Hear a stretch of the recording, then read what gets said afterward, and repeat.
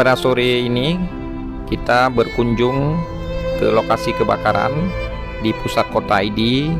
Tadi pagi terdapat 6 unit kios berkonstruksi kayu yang terbakar untuk menyalurkan bantuan masa panik, dan juga kita melihat kondisi langsung pasca kebakaran, termasuk salah seorang warga yang juga mengalami luka bakar.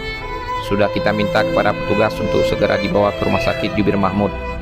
Kepada para korban, semoga tabah menerima cobaan, dan insya Allah tadi kita juga sudah menyerahkan bantuan masa panik kepada para korban.